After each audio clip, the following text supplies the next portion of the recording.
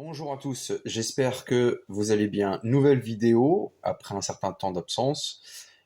Cette fois-ci sur Jean 1,14.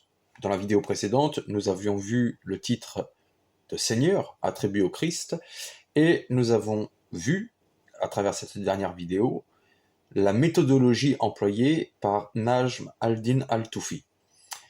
Dans cette présente vidéo, nous allons nous intéresser à l'exégèse, entre grosses guillemets bien entendu, de l'apologétique mahométane sur Jean 1,14, lorsqu'il est dit « Et le Verbe s'est fait chair ». Cette exégèse est très simple. Elle consiste à vouloir faire concorder le Coran et la Sainte Écriture sur le sujet.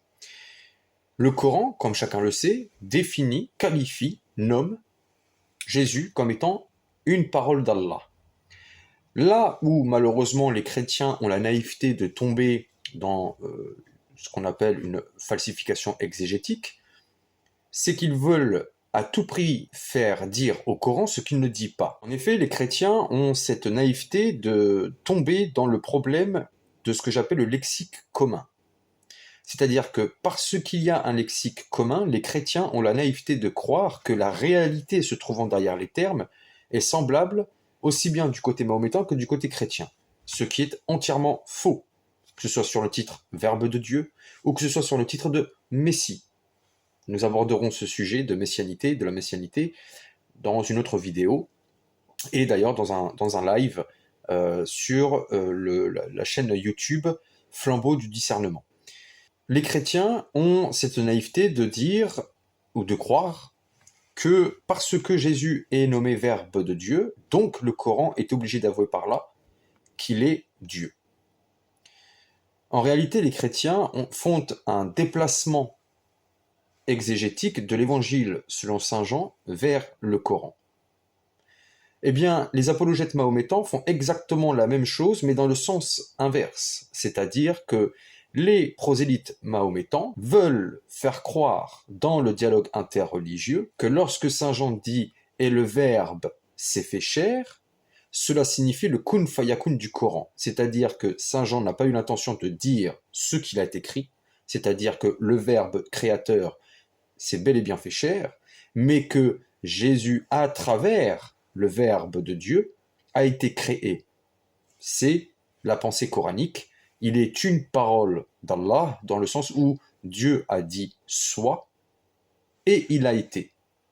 Et les prosélytes mahométans veulent transposer ce paradigme coranique sur l'évangile selon saint Jean. Premier point à relever dans le constat, avant de rentrer dans les détails, puisque dans cette vidéo nous allons regarder l'origine de cette interprétation frauduleuse, pour vous donner un petit peu le portrait justement de la manière dont nous devons considérer le propos du Coran, c'est tout simplement de citer les savants et de confronter la parole de ces savants à la phrase, au verset se trouvant en Jean 1,14.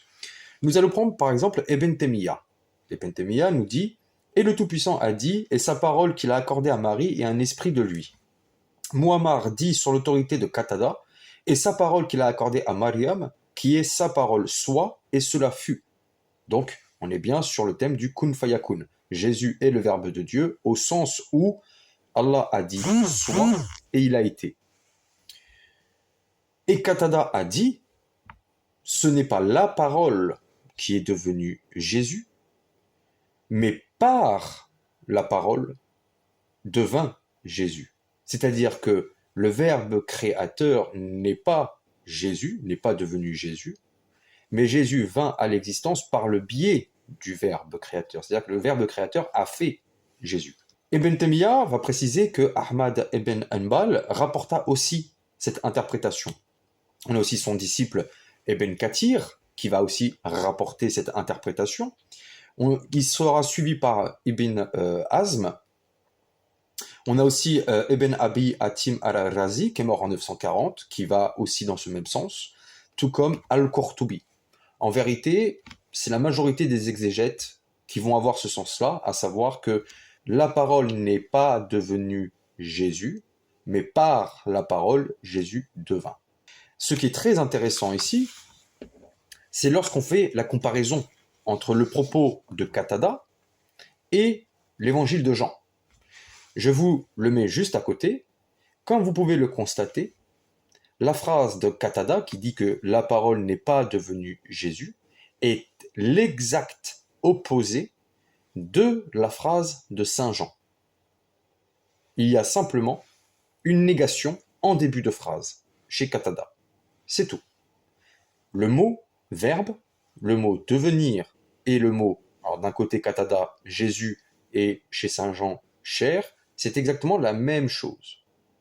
Donc vous voyez bien que l'interprétation coranique suivie par la majorité des commentateurs coraniques est une négation pure et simple de Jean 1,14. Donc vient ensuite la question donc, des concordistes mahométans qui font dans le dialogue interreligieux cette interprétation qui consiste à dire qu'en fait Saint Jean n'a pas voulu dire ce qu'il a dit, mais que c'était au sens métaphorique pour dire que le Verbe a créé Jésus. Donc, on va voir plus en détail, dans un premier temps, en quoi cette interprétation pêche, est une fraude, et dans un deuxième temps, nous allons voir l'origine historique de cette interprétation, consistant à dire que Saint Jean en fait a voulu parler du kun fayakun, et nous allons débunker cette interprétation frauduleuse.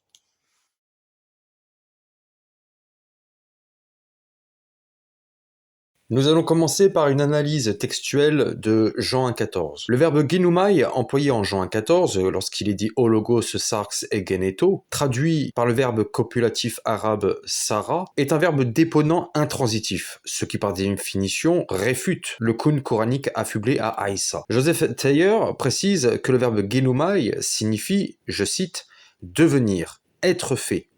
Dans les passages où il est spécifié qui ou quoi une personne ou une chose est ou a été rendue, en ce qui concerne la qualité, la condition, le lieu, le rang, le caractère. Petit a, avec un prédicat ajouté, ce qui est le cas de Jean 1,14, exprimé par un substantif ou un adjectif, par exemple en Matthieu, chapitre 4, verset 3, ou encore en Luc, chapitre 4, verset 3, ou encore en Jean, chapitre 2, verset 9, en Hébreux, chapitre 6, verset 20, en Colossiens, chapitre 1, verset 25, et, dans notre cas, en Jean 1, verset 14. Le sujet du verbe est le logos, puisque au logos est rattaché l'article défini. Le mot sarx, chair, prend ici la fonction de prédicat en précédant le verbe d'état genumai. Il qualifie au logos de la même manière que théos qualifie au logos en Jean 1.1 lorsqu'il est dit kai théos en o logos. Ce sens du verbe genumai sera appuyé par la voix dans laquelle il se trouve.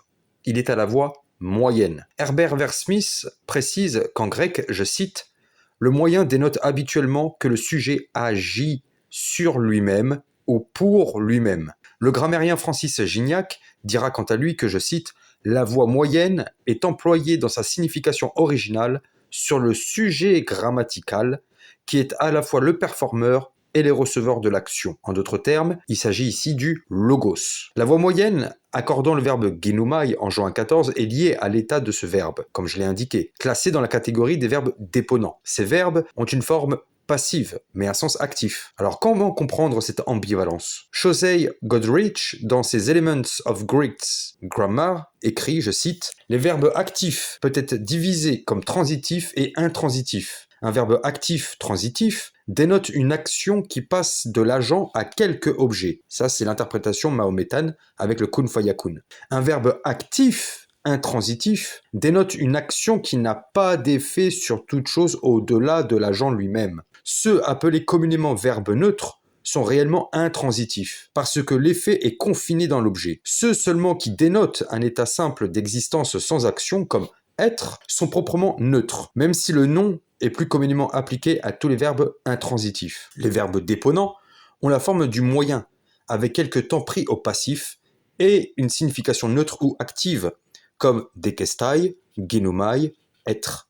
Les verbes déponents sont probablement, dans le plus grand des cas, le cas moyen des verbes actifs obsolètes. Comme l'action qu'ils dénotent se termine dans l'agent, donc dans notre contexte le logos, ils sont intransitifs, et sont rendus communément en latin et en anglais par des verbes neutres. Fin de citation. C'est donc le Verbe qui est Dieu, en Jean 1.1, par qui tout a été fait, Jean 1.3, qui est devenu chair. En Jean 1.14, le Verbe de Dieu n'est pas le Kun, qui aurait transmis l'existence à un autre être. Il s'est fait lui-même chair. Il a subi lui-même l'action. Ce n'est donc pas anodin que Qatada change le sujet du verbe Sarah. Jean indique que c'est le verbe. Qatada déplace le sujet pour transférer le verbe Sarah, de sorte à ce que le Verbe de Dieu ne soit plus l'objet de l'action.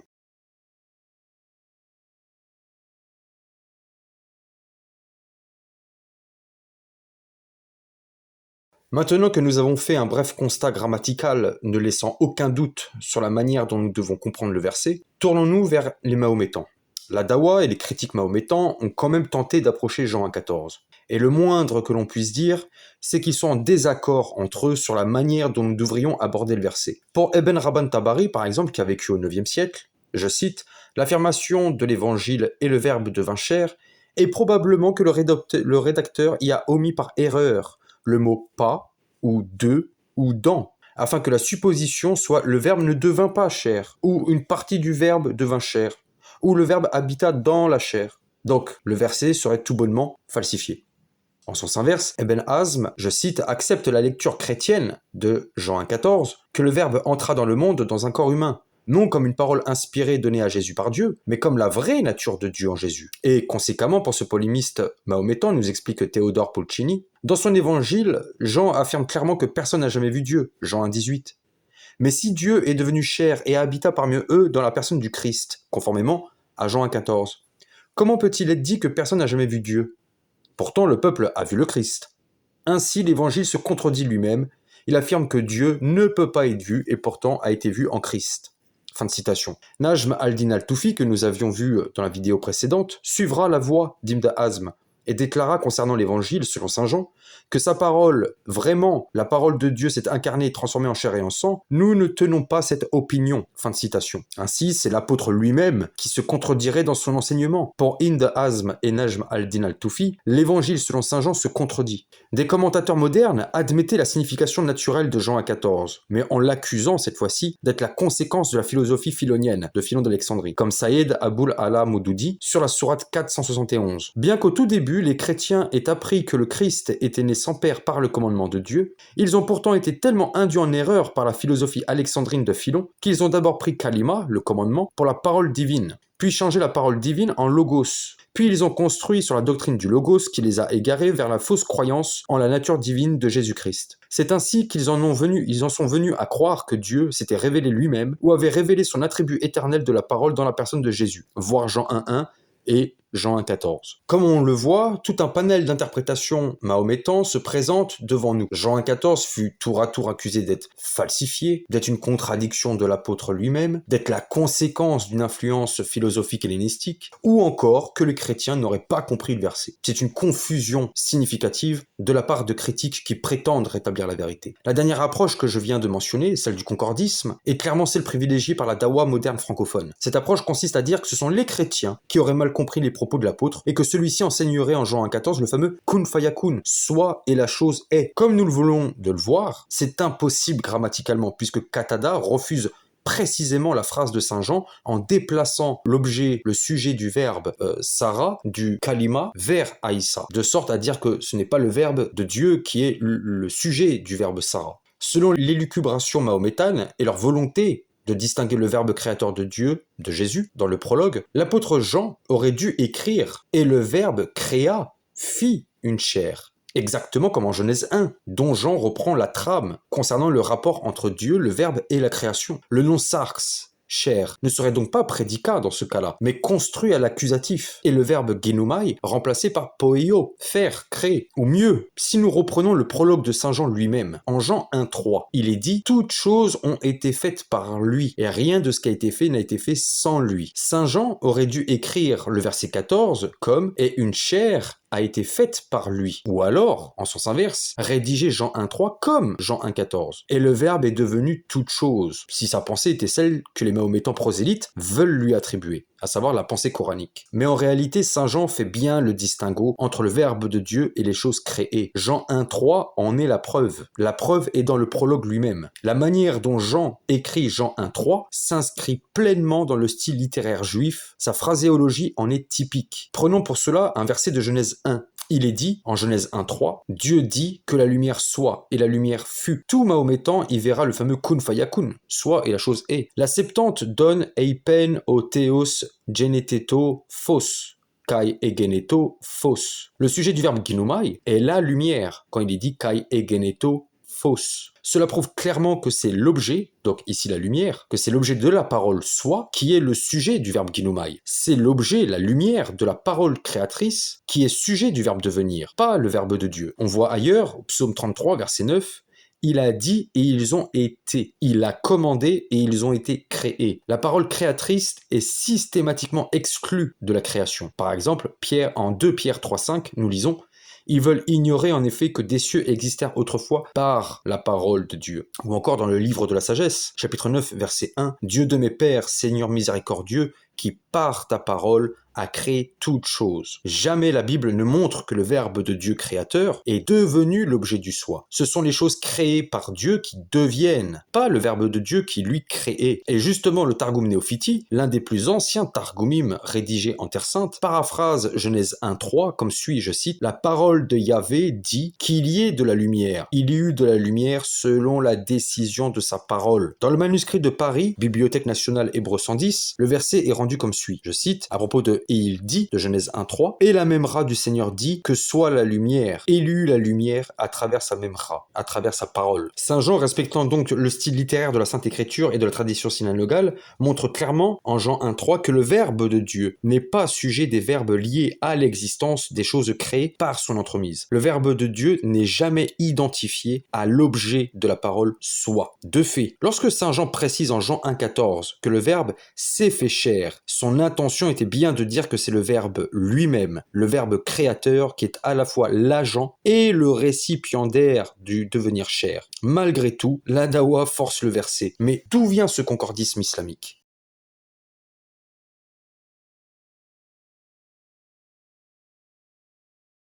L'origine de l'approche concordiste mahométaine sur Jean 14 est le pseudo-Ghazali et son œuvre Al-Rad al-Jamil al-Asari al-Injil, composée avant 1250. Cet auteur est le premier qui a employé la méthode concordiste pour réfuter la foi chrétienne sur Jean 1.14. Au lieu de nier purement et simplement l'authenticité du verset, ou d'affirmer que l'apôtre se contredit, le pseudo-Ghazali a été le premier à donner un sens mahométan à Jean 1.14. Il est le pionnier en la matière et les prédicateurs modernes de la Dawa adoptèrent son approche. On propose d'analyser l'argument du pseudo-Ghazali dans cette partie.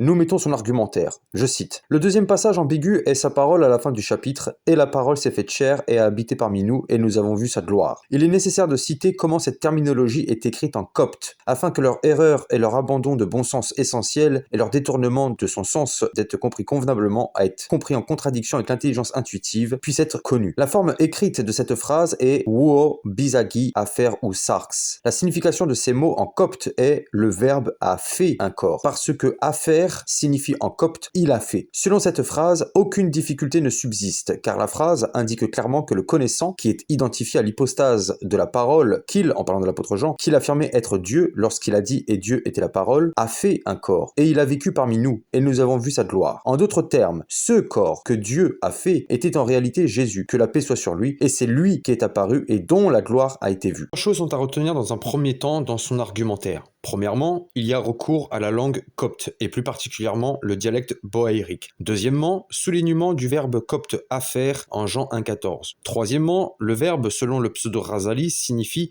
fait. Et quatrièmement, la gloire vue par les hommes est celle du corps fait par le verbe, pas la gloire du verbe. Donc, nous avons bien là la source de l'interprétation de la dawa moderne consistant à dire qu'en Jean 1.14, il est question du kun fayakun. Le verbe a fait le corps de Jésus. L'auteur se réfère au texte copte bohaïrique que je donne ci-contre. Il se concentre sur la partie « Uo Pisadji Aferousarx. Je viens de mettre en gras le verbe discuté par le pseudo-Razali, Aferousarx, lui donnant non pas un sens moyen, comme en grec, mais actif. Le verbe ne se fait pas chair, mais a fait une chair. En procédant ainsi, l'auteur permet au texte coranique de se juxtaposer comme étant le sens de Jean 1,14. Le pseudo-Razali continue. Ils se sont excusés de répudier ce sens évident en disant étymologiquement, ce mot se trouve partagé entre les deux sens de faire et être fait. Une telle considération vaut bien que l'on s'en excuse, mais c'est une dérision, car un mot équivoque est déterminé dans un sens ou l'autre par le moindre indice qui indique dans le contexte le sens que l'on a en vue. Qu'as-tu donc à disputer contre la raison qui exige de prendre ce mot dans le sens que nous avons signalé? En outre, concédez même que ce mot posséda à l'origine une double acception, le traducteur aurait cependant agi à l'inverse de ce qui est de règle en cas de vocable ambiphologique. En effet, lorsqu'on hésite entre les différentes acceptions d'un vocable amphibologique, c'est le contexte qui détermine quelle est la bonne. Pour notre traducteur, il a simplement décidé de détourner le vocable de ce qu'il doit signifier, et de le prendre dans un sens que la saine raison condamne chez l'auteur. Or, il l'a fait pour obtenir que, ainsi, le Dieu connaissant se soit fait chair. Ici, les choses à retenir, cette fois-ci, sont, premièrement, que le terme employé n'est pas si sans équivoque. Deuxièmement, que affaire possède deux sens, fait et être fait. Lorsque nous allons dans le texte arabe du pseudo-Razali, lorsqu'il explique la citation que je viens de donner, les mots, les verbes employés pour fait et être fait est sana pour faire et sara, être fait. Or, l'équivalent grec de sana est poeio et celui de sara, ginumai. Toute notre explication en deuxième partie est donc validée. Les termes arabes que le pseudo-Razali emploie pour expliquer le verbe boaïrique aferousarx montrent bien que ginumai invalide totalement le concordisme islamique.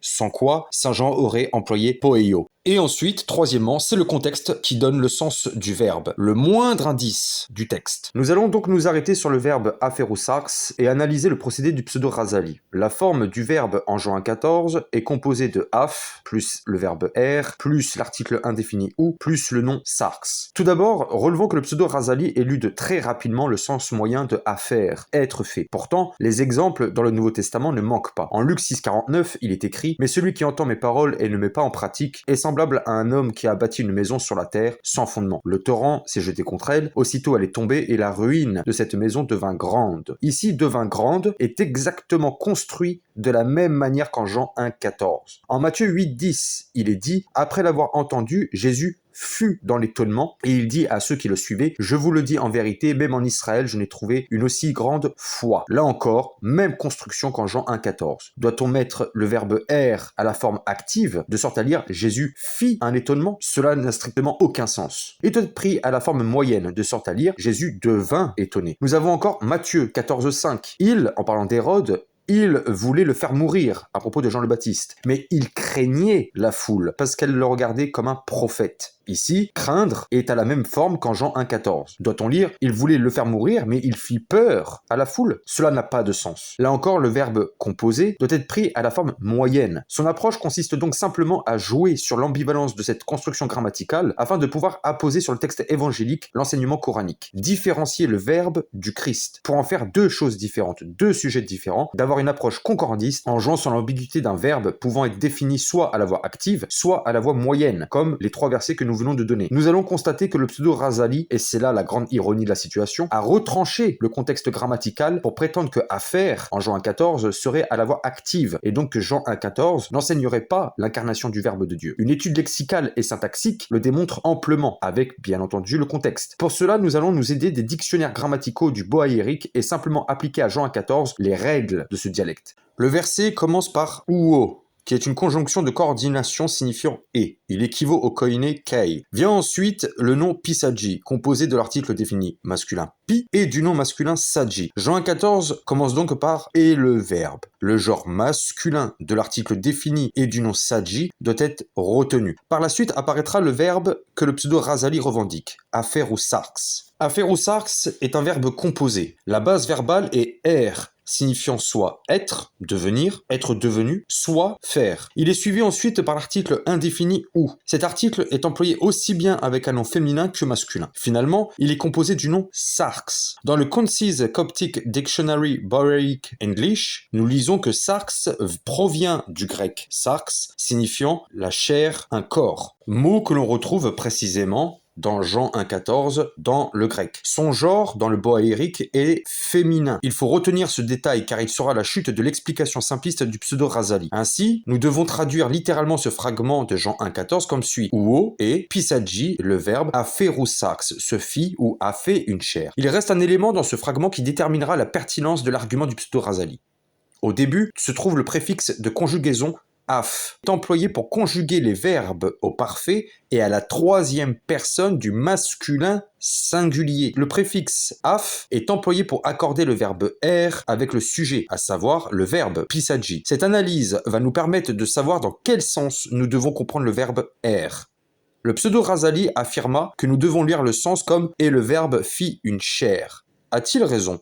Doit-on lire ce fragment dans un sens actif ou, comme les chrétiens l'ont toujours compris, à la voix moyenne, c'est-à-dire le verbe se fit chair? Eh bien, c'est le contexte qui va nous permettre de donner la réponse. Dans son développement autour du groupe verbal aphéroussax, le pseudo-Razali déclara, je cite, « Le connaissant, donc le Dieu connaissant, qui correspond à la personne de la parole, dont il a été dit qu'elle était Dieu par ses mots et la parole était Dieu, ce connaissant a façonné un corps, et il a habité parmi nous et nous avons vu sa gloire. C'est-à-dire, ce corps façonné par Dieu est lui-même Aïssa, et c'est lui, donc le corps, qui est apparu et dont nous avons vu la gloire. » Dans le verset, le corps de Jésus est désigné par sarx. Et selon le pseudo-Razali, sarx n'est pas prédicat, mais bien un sujet à part entière séparé du verbe de Dieu. Je rappelle que sarx est féminin. Or, en lisant la suite du verset, un indice très clair nous permettra d'apporter une réponse. La suite du verset dit « Et le verbe a fait ou s'est fait une chair et vint parmi nous ». Nous trouvons ici le verbe chopi, venir demeurer. À quelle personne est-il conjugué? Comme affaire, le verbe chopi est conjugué à la troisième personne du masculin singulier. Et dans le contexte, la personne du Christ est désignée par le nom féminin sarx, qui, selon la lecture du pseudo-Razali, est un sujet à part entière. Sa lecture imposerait donc que chopi soit conjugué non pas à la troisième personne singulière masculin, mais féminin, car c'est précisément le mot féminin sarx qui désignerait le Christ dans le verset. Cela signifie que le verbe chopi est accordé avec le nom masculin pisagi, le verbe. Celui qui demeurera parmi les hommes, c'est le verbe. Ainsi, le verbe er est bien à la voix moyenne, puisque c'est le verbe qui est venu. En sens inverse, selon la lecture du pseudo-Razali, nous aurions un autre accord du verbe chopi. En effet, puisque selon lui, le verbe a fait une chair, sous-entendu Jésus, désigné dans le verset par le mot sarx, et que c'est cette chair qui est venue habiter, demeurer parmi les hommes, alors le verbe chopi ne devrait pas être conjugué avec af, mais avec le préfixe de conjugaison féminin as. Donnons quelques exemples où chopi est accordé selon le genre du sujet. En Matthieu 3,17, nous lisons « Et une voix vint du ciel, disant celui-ci est mon fils, mon bien-aimé en qui je me complais ». Ici, le mot voix est féminin. Donc par conséquent, le verbe chopi se voit être raccordé au préfixe de conjugaison as. Même chose en Acte 2.2. En Acte 5.5, nous lisons « Ananias, entendant ces paroles, tomba et expira, et une grande crainte vint à tous ceux qui en entendirent parler ». Le mot peur possède principalement deux noms en boaérique, et le texte emploiera le nom féminin. Par conséquent, le verbe chopi prendra le préfixe de conjugaison féminin. En sens contraire, voyons le verbe chopi lorsqu'il est raccordé à un sujet de genre masculin. En Matthieu 2, versets 21-23, il est écrit « Et il, en parlant de Joseph, se leva, prit le petit enfant et sa mère et alla dans le pays d'Israël. Mais ayant appris qu'Archélaüs régnait sur la Judée à la place d'Hérode, son père, il craignit de s'y rendre et, divinement averti en songe, il se retira dans le territoire de Galilée et vint demeurer dans une ville appelée Nazareth. » Comme nous le voyons, le verbe chopi, on voit le préfixe